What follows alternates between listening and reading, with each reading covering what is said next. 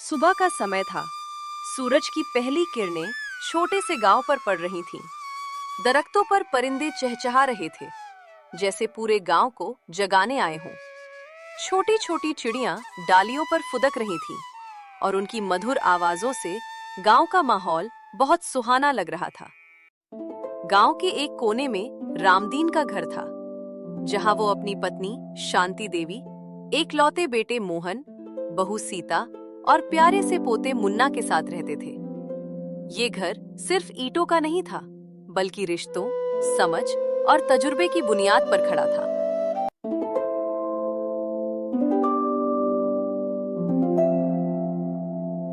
सीता अपने कमरे में आराम कर रही थी।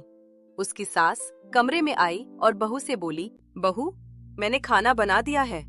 तुम ऐसा करो कि सब बिस्तर निकालकर धूप लगवा लो। सर्दियां भी आने वाली हैं और बिस्तरों पर भी नजर पड़ जाएगी। कहीं उनमें नमी तो नहीं आ गई? अगर नमी आ गई तो बिस्तर खराब हो जाएंगे। माँ जी, मुझे तो अभी और बहुत काम है।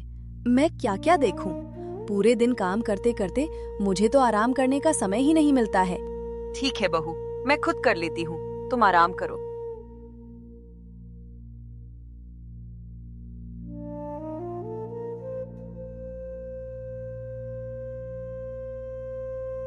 अरे बहू, आने में बड़ी देर लगा दी तुमने। मुन्ना तो कब से पूछ रहा था और बहुत रो भी रहा था।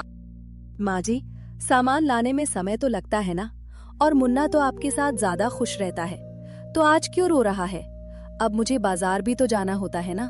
मुझे कपड़े खरीदने में थोड़ा समय लग गया। पर बहू, इतने सारे कपड़ों की क्या जरूरत थी? अभी पिछले महीने ही तो तुमने नए कपड़े खरीदे थे। देखो बेटिया, ये फिजूल खर्ची ठीक नहीं होती। तुम अपने पति के पैसे संभाल कर खर्च करोगी तो तुम्हें आगे कोई दिक्कत नहीं होगी। तुम्हारी अलमारी तो कपड़ों से भरी पड़ी है। तुम आने वाले समय के लिए कुछ बचाकर रखोगी तो वही पैसे तुम्हारे काम आएंगे। माँ जी हर समय मुझे ही टोकती रहती हैं। क्या हुआ जो मैंने कुछ कपड़े खरीद लिए? क्या हुआ सीता, तुम उदास क्यों लग रही हो? माँ जी को समझाइए कि मुझे हर बात पर मत टोका करें। आज मैंने अपने लिए कुछ कपड़े खरीद लिए तो उस पर भी माँ जी ने कह दिया कि मुझे इतने कपड़ों की क्या जरूरत है। सुनिए, मैं कहे देती हूँ, मुझे ये रोक टोक पसंद नहीं है। मेरा जैसा दिल चाहेगा मैं वैसा ही करूंगी। आपके पैसों पर आखिर मेरा ही तो हक है। मुझे पसंद नहीं कि वो हर समय यूं मुझे काम कहें और हर बात पर रोक टोक करें। ओह, तो ये बात है, इसीलिए तुम गुस्सा हो। नाराज मत हो, मैं बात करता हूँ। अब तुम्हें कोई मना नहीं करेगा।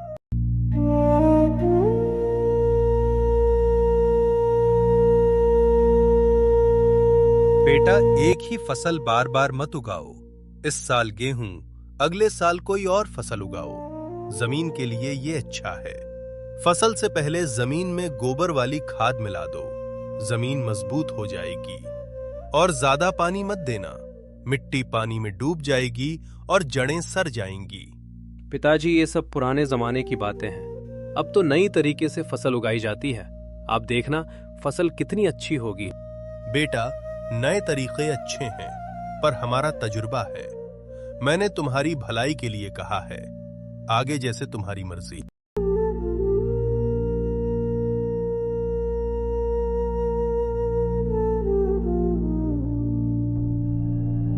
बहू, जब हम घर पर ना हो तो दरवाजा बंद रखा करो, कहीं कोई चोर ना आ जाए। घर पूरा सामान से भरा पड़ा है। बुरा समय बताकर नहीं आता। क्या हुआ माँ जी, आप सीता से क्यों नाराज हो रही हैं? नहीं नहीं बेटा, मैं बहू से नाराज नहीं हो रही हूँ। मैंने तो बस इतना कहा है कि जब हम घर पर न हो तो दरवाजा बंद रखा करो। बुरे समय का कुछ पता नहीं होता। माँ जी, सीता कोई बच्ची थोड़ी ना है, सब जानती है। आप उस पर कोई रोक टोक ना किया करें। बेटा, हम जो भी कहते हैं तुम्हारे और बहू के भले के लिए ही कहते हैं। तुम क्यों रो रही हो? मैं जानता हूं, तुमने कुछ भी गलत नहीं कहा। मैंने तो भलाई के लिए ही कहा था।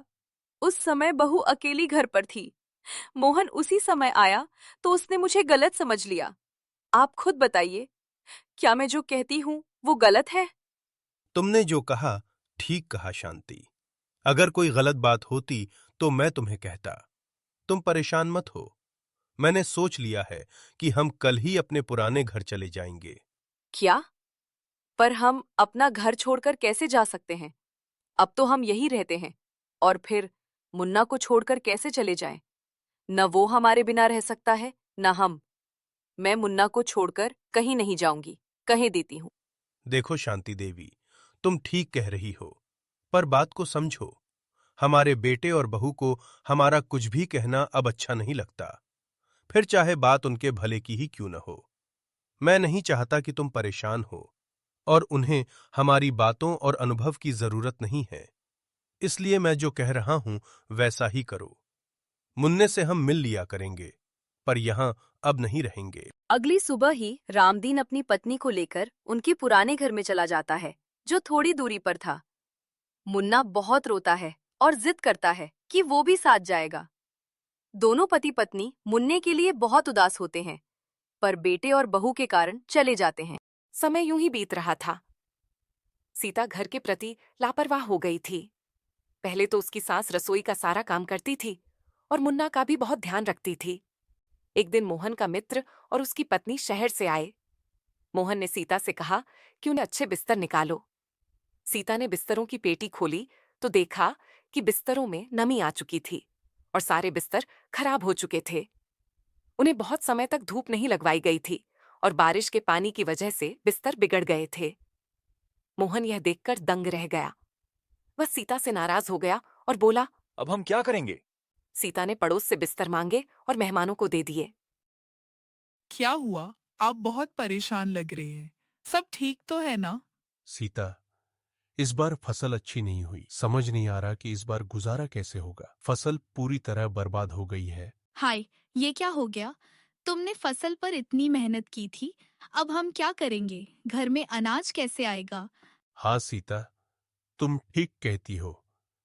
मैंने बहुत मेहनत की थी, लेकिन पिताजी ने जो मुझे समझाया था वैसा नहीं किया और नुकसान हो गया।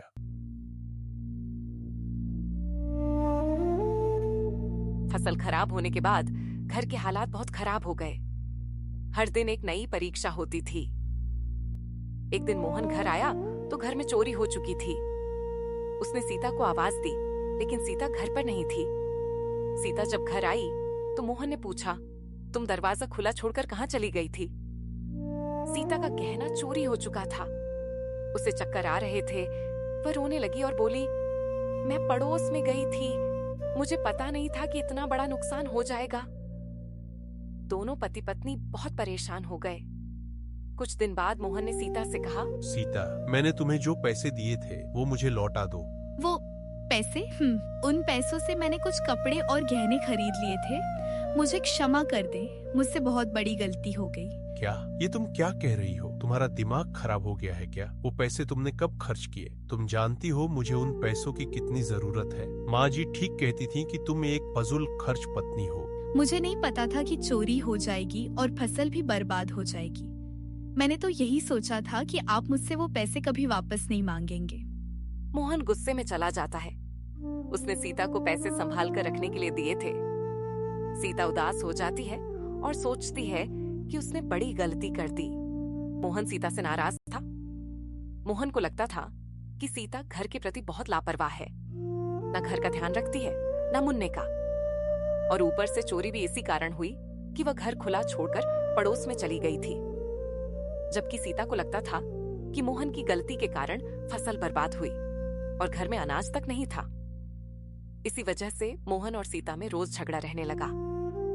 एक दिन इसी तरह मोहन और सीता में अनबन हो गई। उन्हें पता ही नहीं चला कि मुन्ना कब घर से कहीं दूर निकल गया। मुन्ने को ढूंढने लगे। सीता का रो रो कर बुरा हाल हो गया। वे गांव से दूर मुन्ने को ढूंढ रहे थे कि रास्ते में रामदीन और उसकी पत्नी शांति मिल गए। मुन्ना उनके पास था। मुन्ने को देखते ही मोहन और सीता की जान में जान आई। सीता रोने लगी और अपने सास ससुर से कहने लगी, पिताजी, माताजी, मुझे क्षमा कर दे। मैंने आपका बहुत दिल दुखाया है, पर मैं गलत थी। मुझे समझ आ गया है कि परिवार का एक साथ रहना ही लाभ है। आपके जाने के बाद कुछ भी अच्छा नहीं हुआ। आप घर चलिए। मोहन भी अपने माता पिता से कहता है कि मुझे क्षमा कर दें और घर वापस आ जाए। यूं वे फिर से हंसी खुशी एक साथ रहने लगते हैं। मुन्ना बहुत खुश होता है